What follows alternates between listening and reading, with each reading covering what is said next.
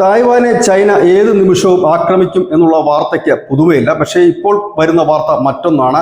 ജപ്പാനെ വളഞ്ഞുകൊണ്ട് ചൈനയുടെ പടക്കപ്പലുകൾ ജപ്പാന്റെ എക്കണോമിക് സോണിലടക്കം കയറിയിരിക്കുന്നു എന്നുള്ളൊരു വലിയ വാർത്തയാണ്. ചൈനയുടെ 2 പോർ വിമാനം, അതായത് യുദ്ധവിമാനം വഹിക്കുവാൻ ശേഷിയുള്ള നാവിക സേനയുടെ കപ്പലുകളും അതിന്റെ ചെറു കപ്പലുകളുമാണ് ജപ്പാന്റെ എക്കണോമിക് സോണിൽ പ്രവേശിച്ചിരിക്കുന്നത്. ജപ്പാൻ പ്രതിരോധ മന്ത്രാലയം ഒഫീഷ്യലായി തന്നെയാണ് ഇത് അറിയിച്ചിരിക്കുന്നത്.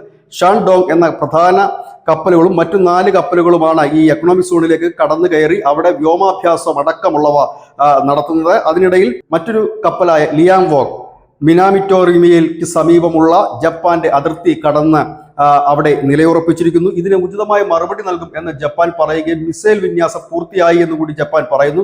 ഏതായാലും ജപ്പാനും ചൈനയും തമ്മിലുള്ള ഒരു സംഘർഷം, നിലവിൽ അവർ തമ്മിൽ യുദ്ധ സാധ്യതകൾ ഒന്നും തന്നെ ഇല്ല എങ്കിലും ഈ അപ്രതീക്ഷിത നീക്കം പലരെയും ഞെട്ടിച്ചിട്ടുണ്ട്. നമുക്കറിയാം, 2ാം ലോക മഹായുദ്ധത്തിൽ ചൈനയിലേക്ക് കടന്നുകയറ്റം നടത്തിയതാണ് ജപ്പാൻ സേന. അന്നു മുതൽ തുടങ്ങിയ ഒരു വൈരാഗ്യം ചൈനീസ് പൗരന്മാർക്കിടയിൽ പോലുമുണ്ട്. ഒരുപക്ഷെ അത്തരത്തിലൊരു നീക്കമായിരിക്കാം ഇത്. ഇല്ലെങ്കിൽ ജപ്പാന്റെ ആ ഒരു തീരപ്രദേശങ്ങളിൽ ചൈനീസ് കപ്പലുകൾ അണിനിരത്തിക്കൊണ്ട് ലോകത്തിന്റെ ശ്രദ്ധ ജപ്പാൻ തീരത്തേക്ക് മാറ്റിക്കൊണ്ട് തായ്വാനെ ആക്രമിക്കാനുള്ള നീക്കമായി ഇതിനെ വ്യാഖ്യാനിക്കപ്പെടുന്നു. News desk news India Malayalam.